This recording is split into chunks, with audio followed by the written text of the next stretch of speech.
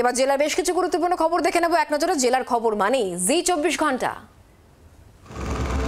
জমিতে জল দিতে গিয়ে বিদ্যুৎস্পৃষ্ট হয়ে মৃত্যু হলো এক কৃষকের। ঘটনা দক্ষিণ 24 পরগনার ফলতার। মৃত কৃষকের নাম বিমান প্রামাণিক। জানা যাচ্ছে ইলেকট্রিক লাইন হুক করে জল দেওয়ার বন্দোবস্ত করেছিলেন বিমানবাবু। সেই সময় বিদ্যুৎস্পৃষ্ট হন তিনি।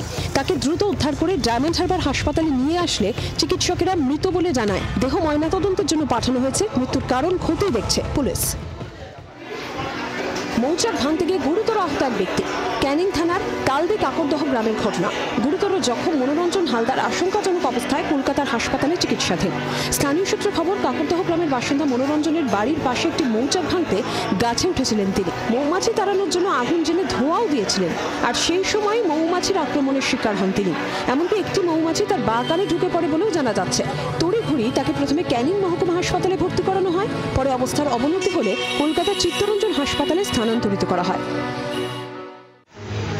চুরির বদনাম দিয়ে স্ত্রীকে বেধড়ক মারধর ও কান কেটে নেওয়ার অভিযোগ স্বামীর বিরুদ্ধে। ঘটনা ক্যানিং থানার আমরাবিড়িয়া গ্রামের। আক্রান্ত স্ত্রী থানায় অভিযোগ দায়ের করেছেন। স্থানীয় সূত্রে খবর, মাবিয়া লস্করকে তার স্বামী সাফিকুল লস্কর 20,000 টাকা চুরির অপবাদ দিয়ে গালিগালাজ করতে থাকে।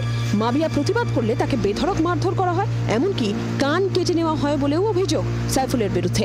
গুরুতর আহত অবস্থায় মাবিয়াকে তার পরিবারের লোকেরা হাসপাতালে ভর্তি করে। ঘটনা তদন্ত করছে পুলিশ। বাংলার আওয়াজ, বাঙালির আবেগ, জি 24 ঘন্টা।